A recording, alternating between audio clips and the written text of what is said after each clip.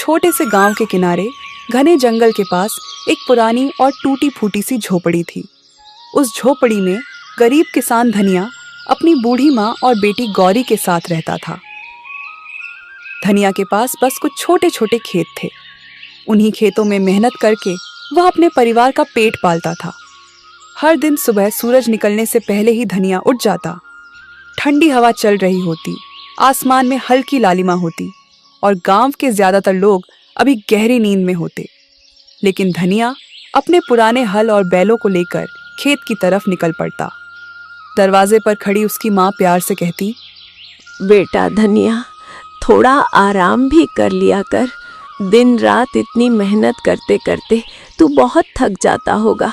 सुबह से शाम तक खेत में काम करता है, फिर भी चेहरे पर शिकन नहीं लाता। मुझे तेरी चिंता होती है बेटा। शरीर को भी थोड़ा आराम देना जरूरी होता है। माँ, अगर मैं मेहनत नहीं करूँगा तो हमारे घर का चूल्हा कैसे चलेगा? हमारी ज़रूरतें कैसे पूरी होंगी? मुझे पता है मेहनत मुश्किल होती है, लेकिन यही हमारी ज़िंदगी का सहारा है। जब तक मेरे हाथ पैर चल रहे हैं मैं मेहनत करता रहूँगा, ताकि आपको कभी किसी चीज़ की कमी महसूस ना हो। तभी उसकी बेटी गौरी दौड़ते हुए आती और कहती, बाबा, जल्दी वापस आना, मैं आपका इंतजार करूंगी। देर मत करना, मुझे अच्छा लगता है जब आप जल्दी घर आ जाते हैं। धनिया अपनी बेटी के सिर पर प्यार से हाथ फेरता और खेत की ओर चल पड़ता। दिन भर वह खेत में पसीना बहाता रहता, कभी तेज धूप, कभी अचानक बारिश, लेकिन धनिया मेहनत करना कभी नहीं छोड़ता। धनिया ने कभी हार नहीं मानी।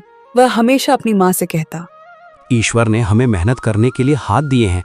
अगर हम सच्चे दिल से मेहनत करते रहेंगे तो एक ना एक दिन हमारी किस्मत जरूर बदलेगी। ईश्वर मेहनत करने वालों को कभी खाली हाथ नहीं लौटाते। माँ उसकी बात सुनकर चुपचाप भगवान से प्रार्थना करती।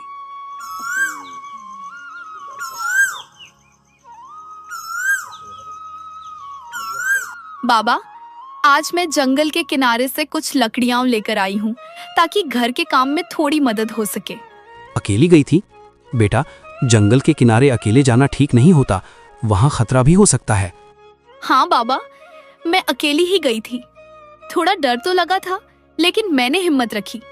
आप ही तो कहते हो कि डर के आगे हिम्मत रखनी चाहिए, इसलिए मैं बहादुर बनकर गई। धनिया थोड़ा चिंतित हो गया, क्योंकि गांव के लोग कहते थे कि जंगल के अंदर एक पुरानी गुफा है, जहां रात के समय अजीब अजीब आवाजें आती हैं। गांव वाले उस गुफा के पास जाने से डरते थे। बेटी, जंगल के अंदर ज्यादा मत जाना, वहाँ एक रहस्यमयी गुफा है। लोग कहते हैं वहाँ कुछ अजीब होता है, इसलिए उससे दूर ही रहना। धनिया भले ही गरीब था, लेकिन उसकी मेहनत और ईमानदारी पूरे इलाके में मशहूर थी। उसके छोटे छोटे खेतों में उगने वाली सब्जियां और अनाज हमेशा बहुत अच्छे होते थे। मिट्टी भी जैसे उसकी मेहनत को पहचानती थी। वह अपनी फसल में कभी कोई मिलावट नहीं करता था, ना कोई दवा जरूरत से ज्यादा डालता, ना ही लालच में आकर अनाज में कुछ मिलाता। यही कारण था कि जब भी धनिया अपनी फसल लेकर बाजार जाता तो उसकी सब्जियां और अनाज पलक झपकते ही बिक जाते। अगर सच में शुद्ध और अच्छा अनाज चाहिए तो धनिया से ही लेना। उसका अनाज हमेशा साफ सुथरा और बढ़िया होता है, इसलिए गांव के लोग उसी पर भरोसा करते हैं। लेकिन धनिया कभी इसका फायदा उठाकर ज्यादा पैसे नहीं मांगता था। मेहनत का सही दाम मिल जाए, वही मेरे लिए बहुत बड़ी बात है। मैं ज़्यादा दौलत या बड़ी बड़ी चीज़ों की चाह नहीं रखता। बस इतना चाहता हूँ कि दिन भर की मेहनत के बाद जो अनाज मैं उगाता हूँ उसका सही मूल्य मिल जाए। अगर मेरी मेहनत से मेरे घर का चूल्हा जल जाए और मेरे परिवार का पेट भर जाए तो मुझे लगता है कि मेरी मेहनत सफल हो गई। मेरे लिए सच्ची खुशी और सुकून इसी में है कि इंसान ईमानदारी से मेहनत करे और उसी मेहनत की कमाई से अपना जीवन चलाए। इसी वजह से गरीब लोग भी अक्सर उसी से सामान खरीदते थे। लेकिन गांव में एक बहुत बड़ा और अमीर व्यापारी था। उसका नाम था लालाचंद सेठ। लालाचंद सेठ पूरे इलाके में अनाज और सब्जियों का बड़ा व्यापार करता था, लेकिन वह अक्सर मुनाफे के लिए मिलावट भी कर देता था और चीजों को बहुत महंगे दामों में बेचता था। जब लोगों ने धनिया से सामान खरीदना शुरू किया तो सेठ का व्यापार थोड़ा कम होने लगा।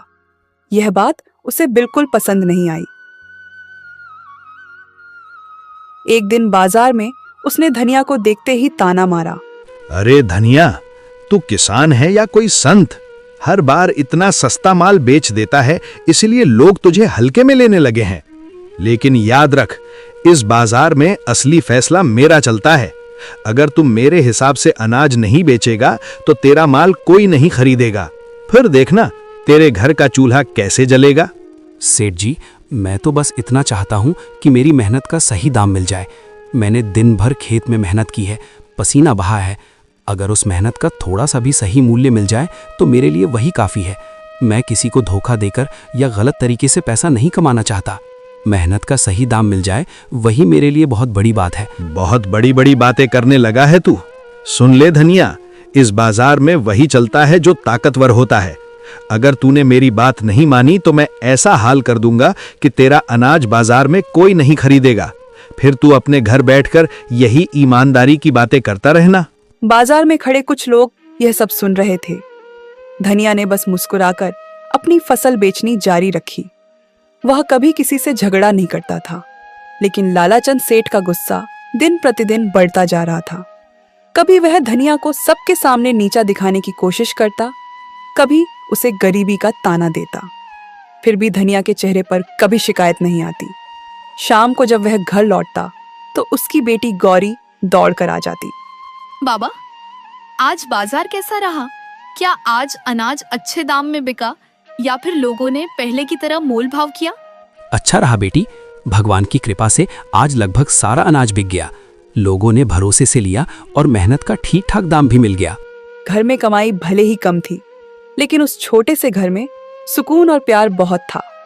बूढ़ी माँ, बेटी गौरी और धनिया तीनों साथ बैठकर सादा खाना खाते और बातें करते। बेटा, ईमानदारी से कमाया हुआ थोड़ा सा धन भी बहुत सुख देता है।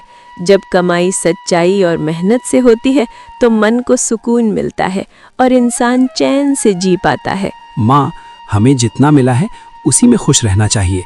लालच करने से कभी सच्ची खुशी नहीं मिलती, लेकिन मेहनत और संतोष से जीवन आसान और सुखी बन जाता है। लेकिन उसे क्या पता था कि लालाचंद सेठ का जलता हुआ दिल अब धीरे धीरे एक खतरनाक योजना बना रहा है।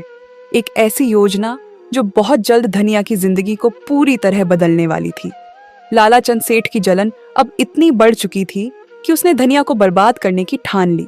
एक रात जब पूरा गांव सो रहा था, सेठ ने अपने आदमियों को चुपके से धनिया के खेत में भेज दिया। उन्होंने खेत में ऐसी दवा डाल दी जिससे पूरी फसल धीरे धीरे खराब होने लगी।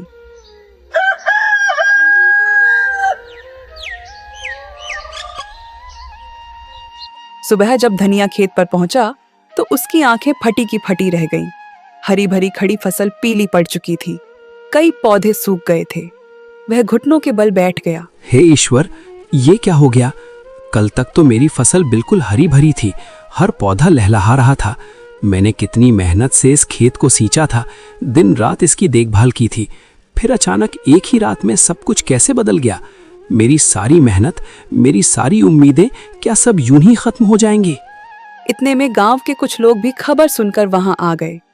वे भी खेत की हालत देखकर हैरान रह गए और आपस में बातें करने लगे। ये अचानक कैसे हो गया? कल शाम तक तो ये खेत बिल्कुल ठीक था, फसल भी बहुत अच्छी दिख रही थी। एक ही रात में इतने सारे पौधे कैसे सूख गए? कहीं किसी ने जानबूझकर तो कुछ नहीं किया? धनिया को समझते देर नहीं लगी कि यह किसी की साजिश है। उसे तुरंत लालाचंद सेठ का ख्याल आया। अगर ये सब सेठ का किया हुआ है तो मैं चुप नहीं बैठूंगा। मेरी मेहनत की फसल को इस तरह बर्बाद करना कोई छोटी बात नहीं है। मैंने दिन रात मेहनत करके इस खेत को सींचा था, हर पौधे को अपने बच्चे की तरह संभाला था। मैं पंचायत में जाकर न्याय मांगूंगा और सबके सामने सच रखूंगा, ताकि जिसने भी ये अन्याय किया है उसे उसकी सजा मिल सके। यह बात धीरे धीरे पूरे गांव में फैल गई। जब यह खबर लालाचंद सेठ तक पहुंची तो वह एक पल के लिए घबरा गया, लेकिन चालाक सेठ ने तुरंत एक नई और खतरनाक साजिश सोच ली। अगली सुबह वह खुद ही गांव की पंचायत में पहुंच गया। गांव के बड़े बुजुर्ग वहां बैठे थे। सेठ ने ऊंची आवाज में कहा, मुझे पंचायत से न्याय चाहिए। मेरे साथ बहुत बड़ा अन्याय हुआ है और मैं चाहता हूं कि गांव के सामने इस बात का फैसला हो। क्या बात है सेठ जी, आप इतने गुस्से और परेशानी में क्यों हैं?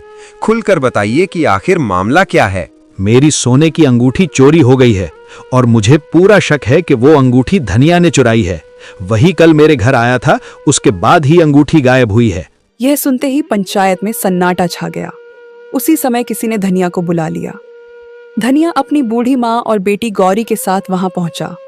धनिया, सेठ कह रहा है कि उसकी सोने की अंगूठी तुमने चुराई है। क्या ये सच है? पंचायत के सामने सच सच बता दो ताकि सही फैसला हो सके। धनिया की आंखों में हैरानी और दुख दोनों साफ दिखाई दे रहे थे। इतने बड़े इल्जाम से उसका दिल टूट गया था। मुखिया जी, मैं गरीब जरूर हूँ लेकिन चोर नहीं हूँ। मैंने किसी की अंगूठी नहीं चुराई। मैं मेहनत से कमाने वाला आदमी हूँ। किसी की चीज पर बुरी नजर डालना तो दूर, ऐसा सोच भी नहीं सकता। मेरा बेटा ऐसा काम कभी नहीं कर सकता। मैंने इसे हमेशा ईमानदारी और मेहनत की सीख दी है। ये किसी की चीज चुराने वाला नहीं है। अगर धनिया सच बोल रहा है तो फिर उसके घर की तलाशी ले ली जाए। पंचायत के सामने उसके घर को अच्छे से देख लिया जाए। अगर वहां मेरी अंगूठी नहीं मिली तो मैं भी मान जाऊंगा कि धनिया बेगुनाह है।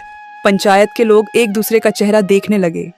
कुछ देर सोचने के बाद मुखिया ने कहा, सच जानने का एक ही तरीका है। हम सब अभी धनिया के घर चलेंगे और वहां अच्छी तरह तलाशी ली जाएगी। पंचायत के सामने सब कुछ साफ हो जाएगा और फिर उसी के अनुसार फैसला किया जाएगा। पंचायत के कई लोग, लालाचंद सेठ और गांव के कुछ और लोग धनिया के साथ उसके छोटे से घर की तरफ चल पड़े। धनिया की बूढ़ी माँ और छोटी बेटी गौरी भी डरते डरते उनके पीछे चल रही थी। धनिया का दिल बहुत तेज धड़क रहा था। उसे अपने ऊपर पूरा भरोसा था कि उसने कोई चोरी नहीं की। कुछ ही देर में सब लोग धनिया की झोपड़ी के सामने पहुंच गए। वह छोटी सी झोपड़ी थी, मिट्टी की दीवारें, ऊपर से घास फूस की छत और अंदर बहुत कम सामान। धनिया, हमें तुम्हारे घर की तलाशी लेनी पड़ेगी। पंचायत के सामने सच जानना जरूरी है, तभी इस मामले का सही फैसला हो पाएगा। मुखिया जी, मुझे किसी तलाशी से कोई डर नहीं है। आप पूरे घर की तलाशी ले लीजिए, हर कोना देख लीजिए। मेरे पास छुपाने के लिए कुछ भी नहीं है। अगर आपको अंगूठी मिल जाए तो पंचायत जो भी सजा देगी मुझे मंजूर होगी। लेकिन मैं फिर भी यही कहूँगा कि मैंने कोई चोरी नहीं की है। मैंने किसी की चीज को हाथ तक नहीं लगाया। पंचायत के 2-3 लोग झोपड़ी के अंदर गए। उन्होंने धीरे धीरे हर जगह देखना शुरू किया। कभी पुराने बर्तन उठाकर देखते, कभी कोने में रखी टोकरी को उलटते, कभी खाट के नीचे झांकते। धनिया बाहर खड़ा सब देख रहा था। उसकी माँ ईश्वर का नाम जप रही थी। कुछ देर तक तो कुछ भी नहीं मिला। धनिया के दिल में थोड़ी उम्मीद जागने लगी, लेकिन तभी एक आदमी ने अचानक जोर से आवाज लगाई, रुको, यहाँ कुछ चमक रहा है, जरा देखो तो सही।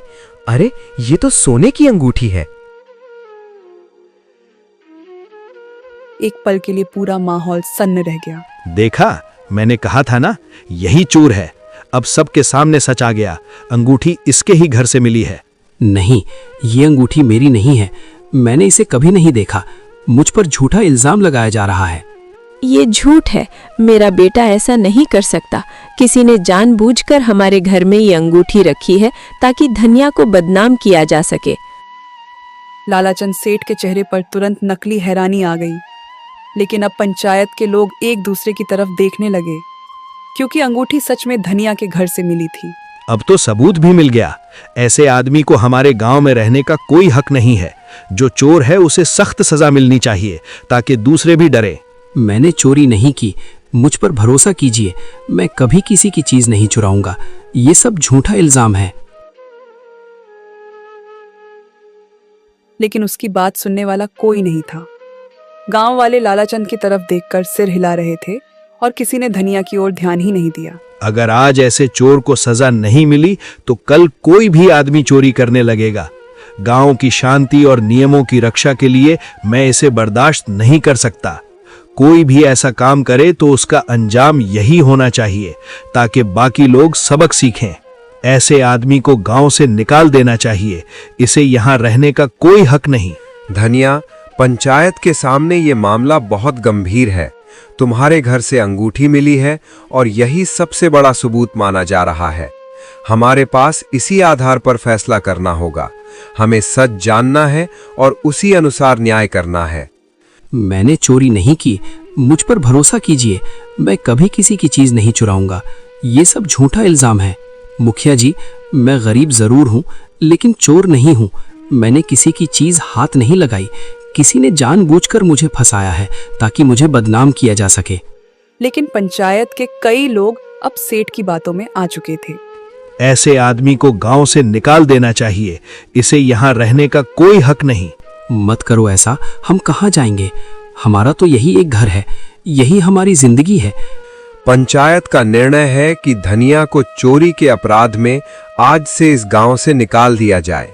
ये फैसला गांव की शांति और कानून के लिए लिया गया है। यह सुनते ही धनिया जैसे पत्थर का बन गया। उसकी माँ की आंखों से आंसू बहने लगे। गौरी रोने लगी। धनिया, तुम्हें आज ही इस गांव को छोड़ना होगा।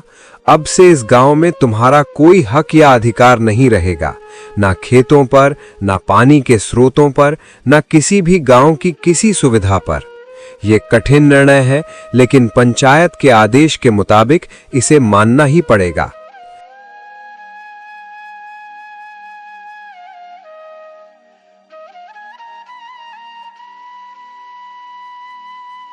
यह सुनकर धनिया ने एक बार पूरे गांव की तरफ देखा। वह वही गांव था जहां उसने बचपन बिताया था, जहां उसके पिता रहते थे, जहां उसने अपने खेतों में दिन रात मेहनत की थी। लेकिन आज उसी गांव से उसे एक चोर समझकर निकाल दिया जा रहा था। लालाचंद सेठ दूर खड़ा यह सब देख रहा था। उसके चेहरे पर एक हल्की संतुष्टि भरी मुस्कान थी, क्योंकि उसकी साजिश सफल हो चुकी थी। शाम होते होते धनिया ने अपनी झोपड़ी से थोड़े बहुत सामान बांध लिए। उसकी माँ और गौरी उसके साथ खड़ी थीं। तीनों धीरे धीरे गांव से बाहर निकलने लगे। सूरज ढल रहा था और सामने घना जंगल दिखाई दे रहा था। उन्हें नहीं पता था कि अब वे कहाँ जाएंगे, लेकिन किस्मत उन्हें धीरे धीरे उसी जंगल की रहस्यमयी गुफा की तरफ ले जा रही थी, जहां से उनकी जिंदगी की कहानी एक बिल्कुल नया मोड़ लेने वाली थी। तीनों दर दर भटकते हुए जंगल के रास्तों पर चल रहे थे। कभी दूर से किसी पक्षी की आवाज आती, कभी झाड़ियों में कोई जानवर सरसराता।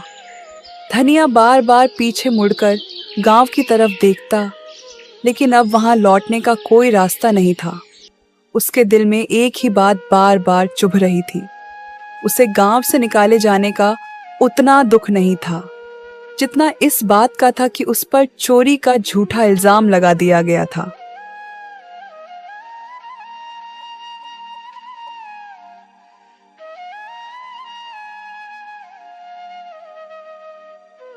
माँ, गौरी, हम कहाँ जाएंगे? हे ईश्वर, मैंने कभी किसी का बुरा नहीं किया, किसी का अधिकार नहीं छीना, किसी को दुख नहीं दिया। फिर भी आज मुझे चोर समझ लिया गया, मेरी मेहनत और ईमानदारी पर शक किया गया। लेकिन मैं जानता हूं कि सच्चाई अंततः जीतती है और आपकी न्यायपूर्ण दृष्टि के सामने किसी का छल और अन्याय टिक नहीं सकता। उसकी आंखें भर आईं, लेकिन वह अपने आंसू अपनी माँ और बेटी के सामने छुपा रहा था। तभी गौरी ने धीरे से कहा, बाबा, मुझे याद है जब मैं जंगल से लकड़ियां लेने आती थी तो रास्ते में एक बहुत बड़ा पेड़ है। उसका तना इतना चौड़ा है कि उसके नीचे हम लोग आराम से रात बिता सकते हैं। वहाँ थोड़ा सा खुला मैदान भी है। सच कह रही हो बेटी? इतना बड़ा पेड़ है कि हम सब वहाँ आराम से रात बिता सकते हैं? हाँ बाबा, वहाँ जमीन भी साफ है और सुरक्षित लगती है। अगर आप चाहें तो हम आज की रात वहीं रुक सकते हैं। मैं आपको रास्ता दिखा दूंगी। धनिया ने अपनी माँ की तरफ देखा। बूढ़ी माँ बहुत थक चुकी थी। बेटा, अगर सच में ऐसा बड़ा और सुरक्षित पेड़ है तो वहीं चलकर थोड़ा आराम कर लेते हैं। रास्ते में थकान भी कम होगी और हम सब एक साथ ठहरकर रात गुजार सकते हैं। तीनों उसी दिशा में चल पड़े। कुछ देर बाद सच में उन्हें एक बहुत बड़ा और पुराना पेड़ दिखाई दिया। उसकी मोटी जड़ें जमीन से बाहर निकली हुई थीं और उसकी शाखाएं चारों तरफ फैली हुई थीं। पेड़ इतना बड़ा था कि उसके नीचे काफी जगह खाली थी। धनिया ने चारों तरफ देखा। जंगल धीरे धीरे अंधेरे में डूब रहा था। आज की रात हम यहीं रुकेंगे। यहाँ ठहरना सुरक्षित रहेगा और थोड़ी देर आराम भी हो जाएगा। बाबा, आप और दादी यहीं आराम से बैठिए, मैं थोड़ी देर में वापस आती हूँ। कहाँ जा रही हो बेटी इतनी रात में? पास में कुछ फल वाले पेड़ हैं, मैं दादी के लिए ताजा और मीठे फल लेकर आती हूँ। जल्दी आ जाऊंगी बाबा। धनिया कुछ कह पाता उससे पहले ही गौरी पास की झाड़ियों की तरफ चली गई। थोड़ी देर बाद वह वापस लौटी। उसके हाथों में कुछ जंगली फल थे। उसने वे फल अपनी दादी के हाथ में रख दी। बेटी, तू खुद खा ले, मुझे कोई फर्क नहीं पड़ेगा। पहले आप खाइए दादी, आप सबसे ज्यादा थकी हुई हैं। मैं तब तक इंतजार कर लूंगी, आपका पेट भरा होना जरूरी है। बाबा, आप दुखी मत होइए, आपने कभी कुछ गलत नहीं किया। सब जानते हैं कि आप सच्चे और ईमानदार इंसान हैं। एक दिन जरूर आएगा जब सबको सच पता चल जाएगा और तब सभी लोग समझेंगे कि आप बेगुनाह हैं। अपनी बेटी यह बात सुनकर धनिया की आंखें भर आईं। बूढ़ी माँ आसमान की तरफ देख रही थी। तारों से भरा आसमान जैसे उन्हें दिलासा दे रहा था। पेड़ के नीचे बैठे बैठे काफी समय बीत चुका था। रात धीरे धीरे गहरी होने लगी थी। आसमान में काले बादल घिर आए थे और ठंडी हवा चलने लगी थी।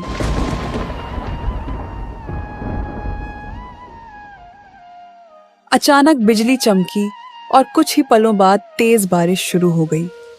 पहले तो हल्की हल्की बूंदें गिरने लगीं, लेकिन देखते ही देखते बारिश बहुत तेज हो गई।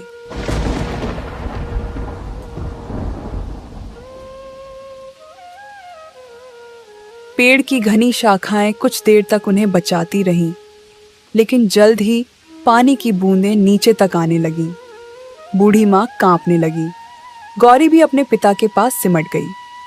धनिया ने चारों तरफ चिंतित होकर देखा। अगर ऐसे ही बारिश होती रही तो हम सब पूरी तरह भीग जाएंगे और तब बीमार पड़ने का डर भी रहेगा। हमें तुरंत कहीं ऐसा स्थान ढूंढना होगा जहां हम सिर छुपा सकें और थोड़ी देर के लिए सुरक्षित रह सकें। यह सोचकर धनिया तुरंत उठ खड़ा हुआ। वह बारिश में भीगते हुए आसपास जगह ढूंढने लगा। जंगल में अंधेरा था और हर तरफ पानी की आवाज गूंज रही थी।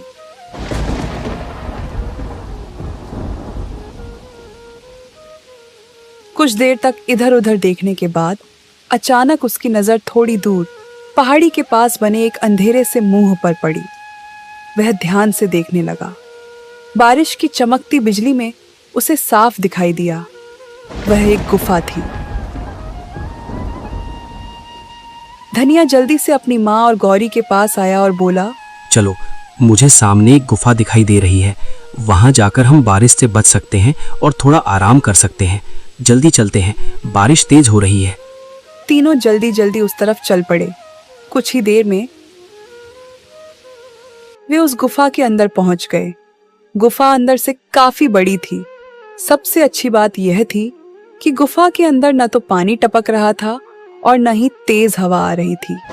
बाहर जोरदार बारिश हो रही थी, लेकिन गुफा के अंदर एक अजीब सी शांति थी, जैसे यह जगह उन्हें सुरक्षित रखने के लिए ही बनी हो। धनिया ने राहत की सांस ली। कम से कम आज की रात हम यहाँ आराम से गुजार सकते हैं। धीरे धीरे थकान के कारण तीनों वहीं बैठते बैठते सो गए।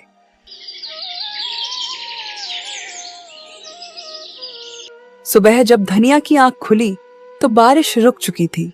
गुफा के बाहर से हल्की धूप अंदर आ रही थी।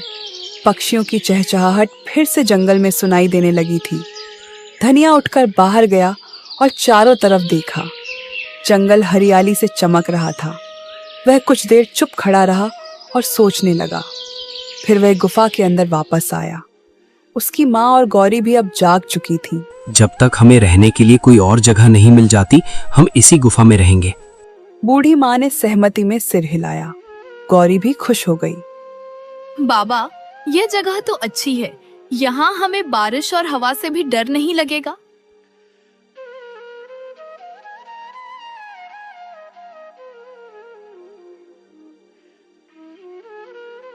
दिन बीतने लगे।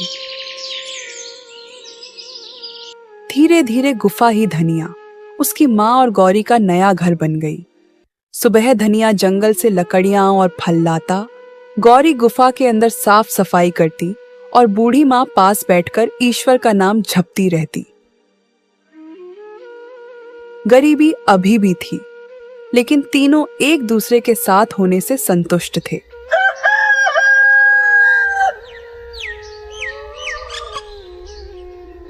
एक दिन सुबह गौरी गुफा के अंदर झाड़ू लगा रही थी। वह धीरे धीरे गुफा के कोने कोने की धूल साफ कर रही थी। झाड़ू लगाते लगाते वह गुफा के पीछे वाले हिस्से तक पहुंच गई। वहां पत्थरों के बीच कुछ अजीब सा दिखाई दिया। गौरी रुक गई। उसे लगा जैसे वहां कोई पुरानी थैली पड़ी हो। उसने झुककर उसे उठाया। उस थैली के अंदर चमकते हुए सोने के सिक्के भरे हुए थे। गौरी घबराकर जोर से चिल्लाई, बाबा, बाबा जल्दी आइए।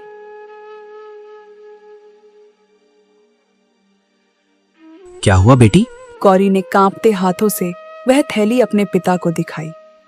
धनिया ने जब अंदर देखा तो वह भी कुछ पल के लिए हक्का बक्का रह गया। थैली में सचमुच बहुत सारे सोने के सिक्के थे। बूढ़ी माँ भी पास आ गई। लगता है भगवान ने हमारी सच्चाई और हमारे दुखों को देखकर हम पर दया की है। उसने हमें कठिन समय में सहारा दिया, हमारी मेहनत और ईमानदारी को महत्व दिया और अब हमें सुख, सुरक्षा और सम्मान मिला है। सच में उसकी कृपा से ही आज हमारा परिवार खुशहाल और सुरक्षित है। धनिया कुछ देर तक चुप खड़ा रहा। उसकी आंखों में आंसू आ गए। उसे लगा जैसे ईश्वर ने आखिरकार उसकी ईमानदारी का फल दे दिया हो। अब हमें इस जंगल में रहने की जरूरत नहीं है।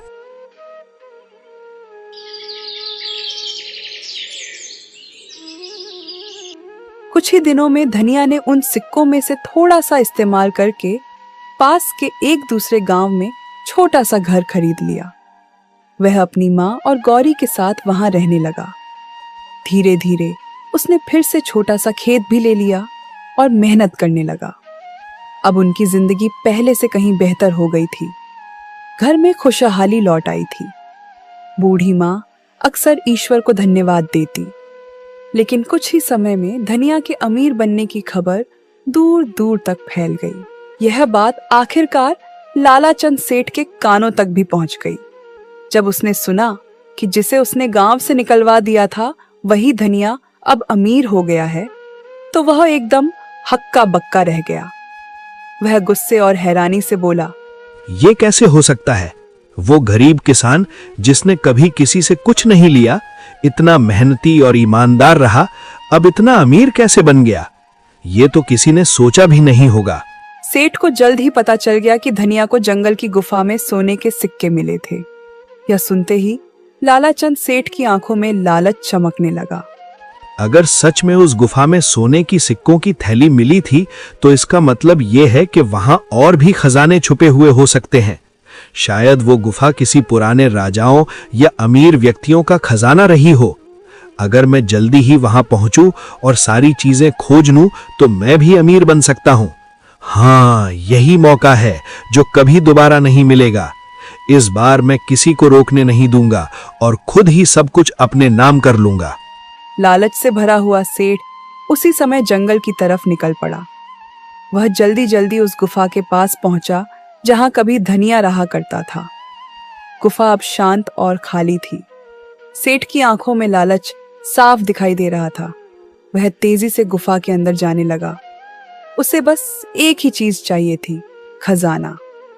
लेकिन उसे यह नहीं पता था कि लालच में उठाया गया उसका यह कदम उसकी जिंदगी का सबसे बड़ा सबक बनने वाला है। वो मन ही मन सोच रहा था, अगर धनिया को यहाँ सोने के सिक्के मिले थे, तो जरूर यहाँ और भी खजाना होगा। लालच में वह गुफा के अंदर और गहराई तक जाने लगा। कुछ देर बाद अचानक उसकी नजर एक पत्थर के पीछे पड़ी एक पुरानी थैली पर गई। सेठ जल्दी से वहां दौड़ा। उसने थैली उठाकर खोली और जैसे ही अंदर देखा, उसकी आंखें चमक उठी। उस थैली में भी सोने के कई सिक्के भरे हुए थे। आज तो मेरी किस्मत खुल गई।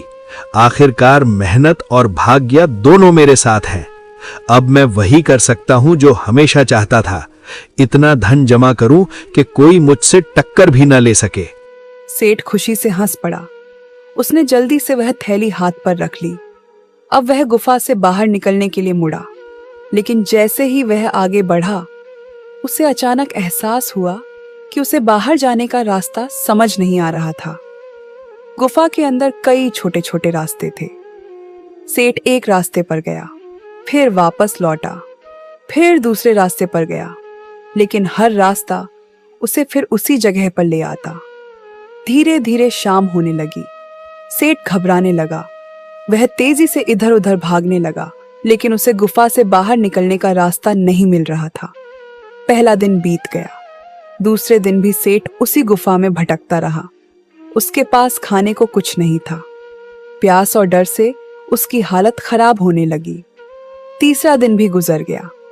अब सेठ पूरी तरह थक चुका था।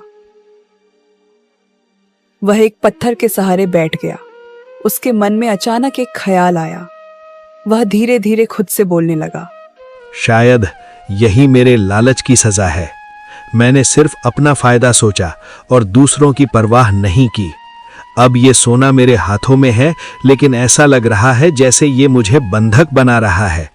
शायद जब तक मैं इसे पकड़े रहूंगा, तब तक मैं इस गुफा से बाहर नहीं निकल पाऊंगा। ये खजाना मेरे लिए वरदान नहीं, बल्कि एक फंदा बन गया है, और अब मुझे इसका सामना करना ही पड़ेगा। कुछ पल सोचने के बाद उसने वह सोने की थैली जमीन पर रख दी। फिर धीरे धीरे पीछे मुड़ा और बिना उस थैली को उठाए तेजी से आगे बढ़ने लगा। कुछ ही देर बाद अचानक उसे दूर से हल्की रोशनी दिखाई दी। वह उसी दिशा में भागा और कुछ पलों बाद वह गुफा के बाहर पहुंच गया। ताजी हवा उसके चेहरे से टकराई। सेठ जमीन पर बैठ गया और जोर जोर से सांस लेने लगा। उसकी जान में जान आ गई थी, लेकिन उसी समय उसके दिल में भारी पछतावा भी होने लगा। वह सोचने लगा, अगर मैंने लालच में आकर धनिया के साथ गलत नहीं किया होता, तो आज मुझे ये दिन नहीं देखना पड़ता। अगर मैंने उसकी मेहनत और ईमानदारी का सम्मान किया होता, उसे गांव से नहीं निकाला होता, तो शायद मैं आज इस गुफा में फंसा नहीं होता। मेरी अपनी लालच और अधूरी चालाकियों ने मुझे यहां तक पहुंचाया है। अब समझ आया कि दूसरों के अधिकारों की चोरी करके कोई कभी सच्ची खुशी या अमीरी हासिल नहीं कर सकता। अब उसे समझ आ चुका था कि लालच इंसान को अंधा बना देता है, और कभी-कभी वही लालच इंसान को ऐसी मुसीबत में डाल देता है जहां से निकलना बहुत मुश्किल हो जाता है। लालाचंद सेठ धीरे धीरे गांव की तरफ लौटने लगा, लेकिन इस बार उसके मन में खजाने का लालच नहीं, बल्कि अपनी गलती का पछतावा था। कुछ समय बाद पूरे गांव में धीरे धीरे यह बात फैल गई कि धनिया पर लगाया गया चोरी का इल्जाम झूठा था। गांव के कुछ पुराने बुजुर्ग और लोग, जिन्होंने सब देखा था, अब मुखर होकर कहने लगे, धनिया तो हमेशा ईमानदार और मेहनती रहा है। उसने कभी किसी का फायदा नहीं लिया, हमेशा अपने पसीने की कमाई से घर चलाया। हमें ये नहीं भूलना चाहिए कि सच्चाई और ईमानदारी ही असली ताकत है। अब समय है कि हम उसका सम्मान वापस दें, उसे सही जगह और उसका हक लौटाएं। जिसने भी उसके साथ अन्याय किया, उसे समझना चाहिए कि सच का सामना करना ही पड़ता है। इस बात का पता पंचायत तक पहुंच गया। सभी सरपंच और पंचायत के लोग, जिन्होंने पहले फैसला सुनाया था, अब खुद जाकर हालात की जांच करना चाहते थे। एक दिन गांव के मुख्य सरपंच अपने कुछ भरोसेमंद आदमियों के साथ पास के गांव में जाकर धनिया के नए घर पहुंचे। वे चाहते थे कि धनिया को वापस गांव बुलाया जाए और उसे उसका सही सम्मान लौटाया जाए। धनिया, हम जानते हैं कि तुम्हारे साथ बहुत बड़ा अन्याय हुआ है। हमने अब सब कुछ देखा और समझा है। कृपया गांव लौट आओ। हम तुम्हें सम्मान देंगे, तुम्हारा हक वापस करेंगे और सभी अपनी गलतियां मानेंगे। तुम्हारे बिना ये गांव अधूरा है। लेकिन धनिया ने शांत और दृढ़ स्वर में जवाब दिया, मुखिया जी, मैं आभारी हूँ कि आप सच को जानने और मेरे पक्ष में खड़े होने आए, लेकिन मैं अभी इस गांव को नहीं छोड़ सकता। ये गांव ही वो जगह है जिसने मुझे मदद दी, मुझे यहाँ सम्मान दिया और मेरी माँ और बेटी के लिए एक सुरक्षित ठिकाना बनाया। यहाँ की मिट्टी, यहाँ के लोग और यहाँ की मेहनत मुझे जोड़ती है। जब तक मैं यहाँ हूँ, मैं इस गांव को नहीं छोड़ूंगा और अपनी मेहनत और ईमानदारी से इसे और भी बेहतर बनाने की कोशिश करूंगा। धनिया की यह बात सुनकर सरपंच कुछ पल के लिए चुप रह गए। फिर उन्होंने धीरे धीरे सिर झुकाया और स्वीकार किया। धनिया, हम तुम्हारे फैसले का पूरी तरह सम्मान करते हैं।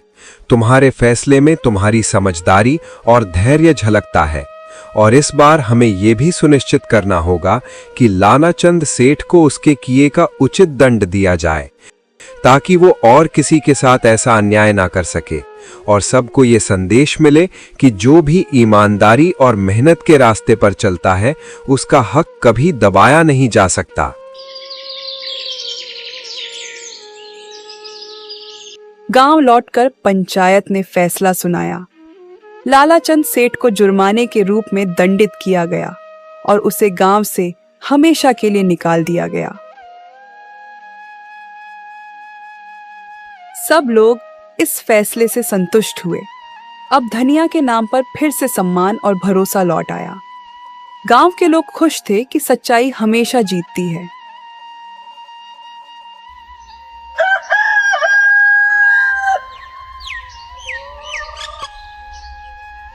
धनिया की माँ और गौरी भी अपने बेटे और पिता के गौरव से खुश थीं।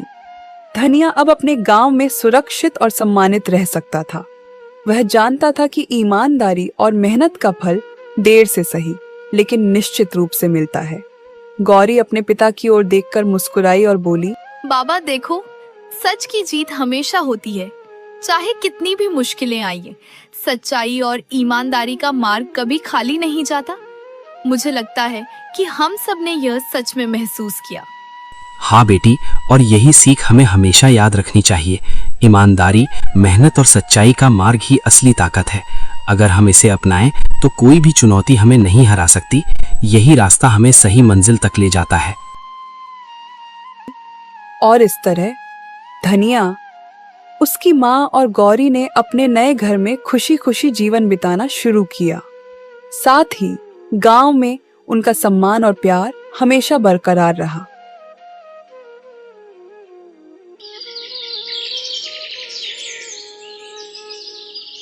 धनिया, उसकी माँ और गौरी अब अपने छोटे से घर में सुरक्षित और खुशहाल जीवन बिता रहे थे।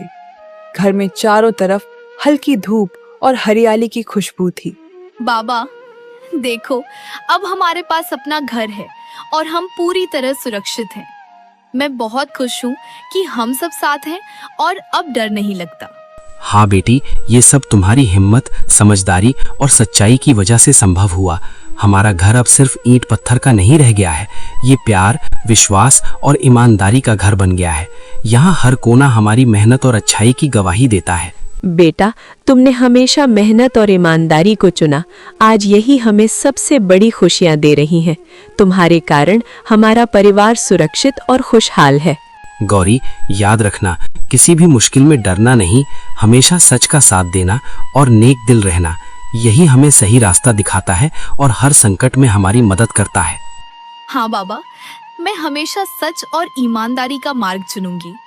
हम सब मिलकर इस घर को खुशियों, प्यार और सुरक्षा का घर बनाए रखेंगे। आज हमारे घर में सिर्फ सुख और प्यार है। अब हम कभी किसी झूठ, लालच या डर से परेशान नहीं होंगे। हमारी मेहनत, सच्चाई और हिम्मत हमें हमेशा मजबूत बनाए रखेगी।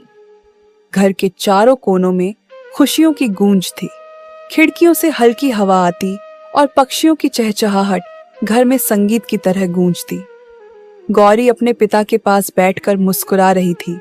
धनिया अपने खेत और घर की ओर देखकर संतोष महसूस कर रहा था और उसकी माँ दोनों के बीच बैठकर शांत और गर्वित थी। अब उनके जीवन में सच्चाई, मेहनत और ईमानदारी का फल हर रोज दिखाई देता था और यह घर हमेशा खुशियों और प्यार से भरा रहता। धनिया ने साबित कर दिया कि सच्चाई और ईमानदारी कभी हारती नहीं। समय चाहे जितना कठिन क्यों ना हो, अंत में जीत हमेशा सच की ही होती है। आपको ये कहानी कैसी लगी कमेंट करके बताइए। धनिया के नाम 2 प्यारी से लाइंस जरूर लिखें।